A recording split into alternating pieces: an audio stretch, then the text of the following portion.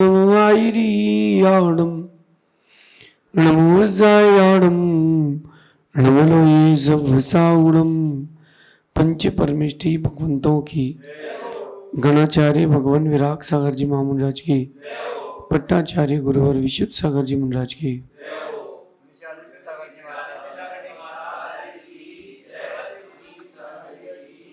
या हम सभी अपने जीवन में सुख और गुणों की अभिवृद्धि के लिए नीति के विषयों का श्रवण कर रहे हैं।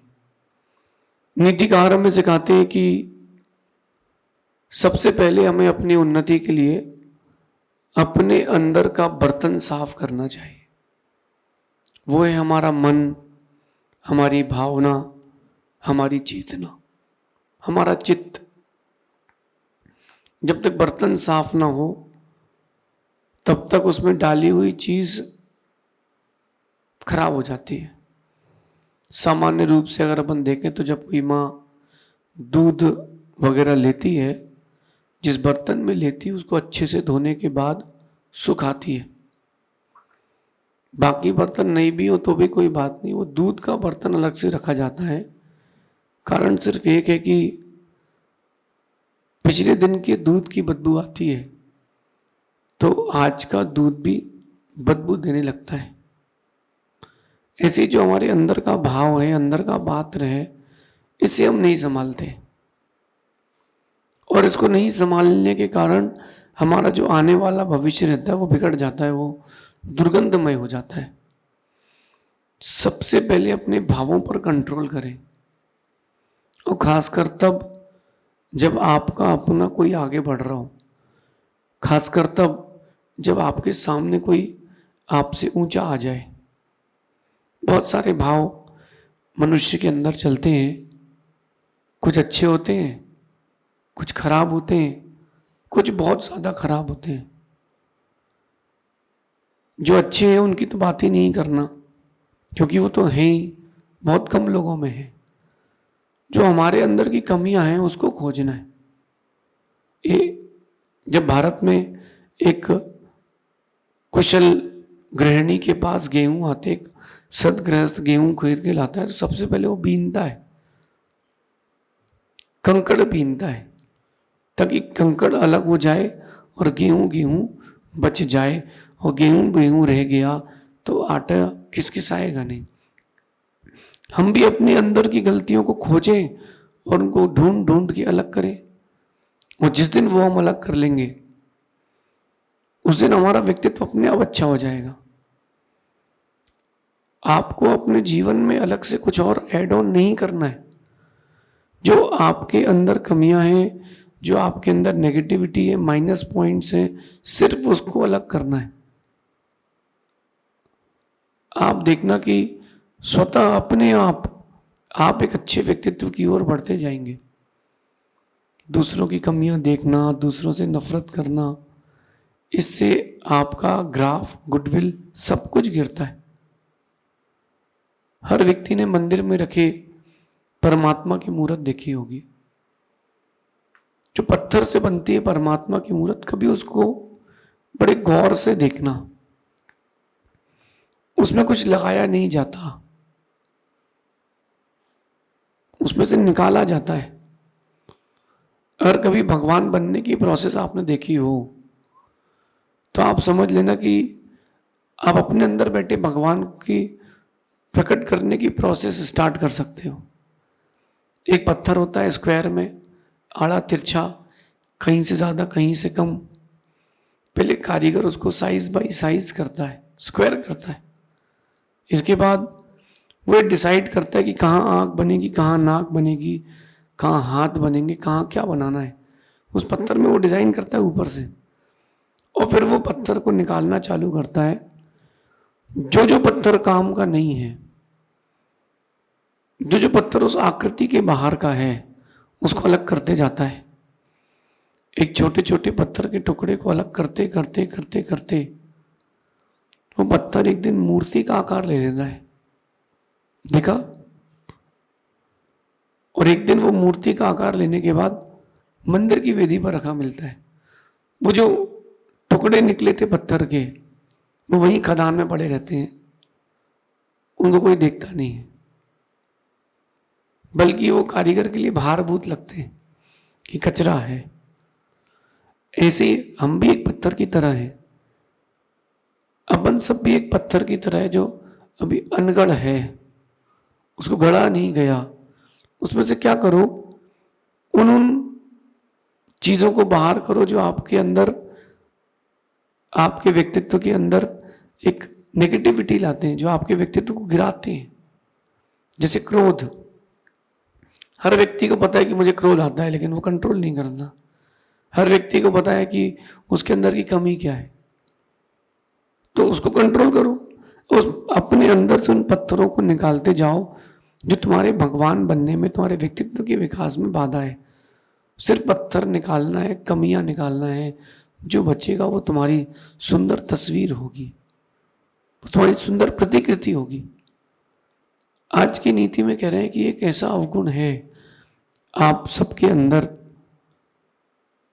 जो जानकर भी आप नहीं छोड़ रहे, वो है नफरत। नफरत, दूसरों से नफरत करने का जो एक आपके अंदर एक स्थान बन चुका है, आप देखना कि वो आपको अकेला छोड़ देता है। और जब जब आप नफरत करते हैं तो आपके अंदर एक अलग सा एक सेंसेशन आता है। नफरत करते समय आपको अच्छा अच्छा कुछ भी नहीं दिखता है। देखो, आप किसी का घर आपसे अच्छा बन जाए, वहां से नफरत चालू। मैंने 2 पड़ोसियों की लड़ाई देखी। लड़ाई इस बात पर नहीं थी कि उसने कचरा फेंक दिया, कि उसने पानी फेंक दिया, कि उसने तेज साउंड में कुछ बजा दिया हो। झगड़ा इस बात का था कि तुम्हारा घर मुझसे ऊंचा नहीं बन सकता, 1 फ्लोर नीचे ही रखो। मेरा घर 4 माले का है, तुम्हारा 4 माले का नहीं बन सकता, 3 हमसे नीचे ही रहोगे तुम। बहुत झगड़ा हुआ। जब जब उसने काम चालू किया, जो उस चीज को नफरत हो रही थी, वो नगर निगम में और यहां वहां कंप्लेंट करके आता रहा। देखो, नफरत का भाव आपको कितना गिराता है। वहीं आप सहयोग का भाव रखते तो कितना अच्छा रहता। पड़ोसी तुम्हारा मित्र बन जाता। जहां तुमने नफरत का भाव लाए, तुम्हारा पड़ोसी तुम्हारा शत्रु बन गया। अब जीवन भर का दुख है। अगर पड़ोसी मित्र है तो जीवन भर का सुख है। कुछ भी चाहिए है, तुमने खिड़की खोली, देने जरा यार, ये तुमको किसी भी चीज की आवश्यकता है, 10 मिनट देखना मैं आता हूं, गाड़ी देना मैं आता हूं, लेकिन तुमने उससे नफरत करके एक दुश्मनी बना ली। अब जीवन भर की समस्या है। तुम कार बाहर खड़ी करते हो, मन में एक भाव आता है कहीं स्क्रैच ना मार दे। तुमने कुछ अपने घर में नया पेंट कराया, कहीं वो रंग ना फेंक दे। जिंदगी भर का डर है। तो नफरत करके हम अपने अंदर डर क्यों पैदा करें?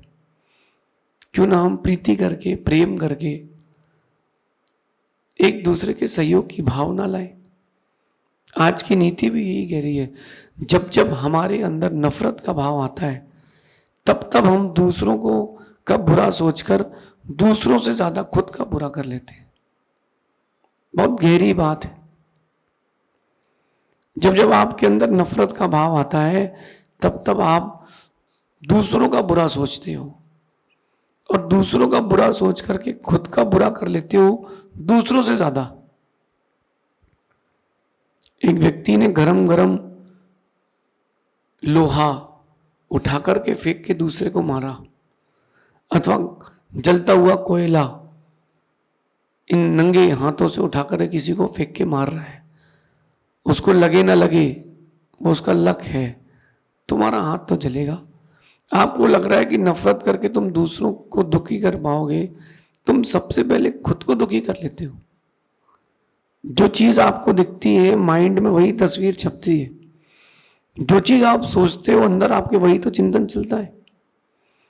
मटके में पानी भरा होगा तो शीतलता आएगी, मटके में गुलाब जल भरा होगा तो सुगंध आएगी, और मटके में अगर कोई मल भरा होगा तो बदबू आएगी। आपके अंदर भी आप खोजिए, नफरत भरी है कि प्रेम? नफरत भरा है कि प्रेम? भरा तो प्रेम है, लेकिन कहीं ना कहीं नफरत का परसेंटेज भी है। अच्छा, अपन ये मान लेते हैं कि आप 90% बहुत अच्छे आदमी हैं, 10% आपके अंदर ईर्ष्या है, 10% नफरत है, ये मान लेते हैं। जरा सोचिए कि कितनी सुंदर ठंडाई हो, उसमें 1% भी जहर हो। उस ठंडाई में, उस मिठाई में 1% भी अगर जहर हो, 1%, तो भी मिठाई खाने योग्य नहीं है। आप 99% अच्छे हैं और 1% भी नफरत रखते हैं दूसरों से, तो मैं मानता हूं कि आप अच्छे नहीं हैं। जो जितना बड़ा होता जाए वो उतना लोगों से प्रेम करता जाए, ये स्वभाव लाना चाहिए।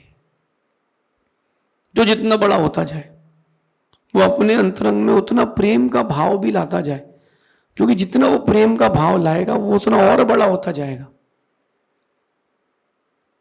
घर का जो बड़ा होता है, मुखिया होता है, वो इच्छाओं को मार के जीता है। कभी आप एक अच्छी माँ को देखना जो मेहमानों के लिए और परिवार के लिए भोजन बनाती है। केले के पराठे बनाए, मटर के पराठे बनाए, ठंडी का मौसम, पानी गिर रहा है, बढ़िया चटनी के साथ सब खा रहे हैं। अब ठंडी के मौसम में, बरसात के मौसम में ज़्यादा भूख लगती है, सब लोग सब खा गए, अब सिर्फ चटनी बची है। तो माँ क्या करती है, थोड़ा सा आटा लगा के रोटी बना के चटनी से खा लेती है। ऐसा क्यों करती है? वो सबसे प्रेम करती है कि सबका पेट भर जाए। बच्चों का पेट भर गया, तो माँ का तो आधा भर ही गया। ये माँ का प्रेम है। और जिस दिन ये प्रेम आपका, प्रेम ये भाव आपका, स्वभाव आपका, माँ का भाव प्रेम छोड़ के चला जाएगा, माँ नहीं बच पाएगी, माँ नहीं रह पाएगी। इसलिए कुछ भी, कोई भी परिस्थिति, आप कोई भी क्रियाएं करें, लेकिन नफरत ना करें। अक्सर ये होता है कि जो अपन से बड़ा हो जाता है, ऊंचा हो जाता है, उसके प्रति एक कहीं ना कहीं अंदर दिल में एक नफरत सी आ जाती है कि अरे आगे कैसे निकल गया। मैं कहता हूं अगर तुम प्रेम करोगे तो तुम उसका हाथ पकड़ के आगे जा सकते हो, और तुम नफरत करोगे तो तुम जहां हो वहां भी नहीं रह पाओगे, पतित हो जाओगे। स्वयं को दुख नहीं पहुंचाना चाहते हो, स्वयं को कष्ट नहीं पहुंचाना चाहते हो, स्वयं को दुखी नहीं करना चाहते हो, तो मेरी सलाह माने, नफरत ना करें, नफरत ना करें।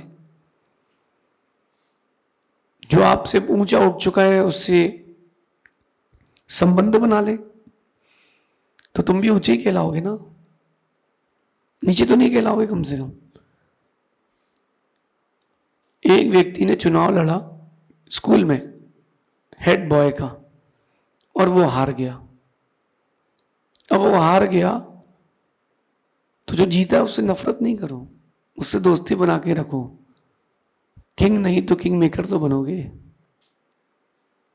अरे किंग के फ्रेंड तो बनोगे। और जहां तुम्हें नफरत करी गई, और मैं कहता हूं कि अगर किसी बड़े व्यक्ति से नफरत कर ली, कहीं उसने नफरत कर ली, तो भारी पड़ जाएगा।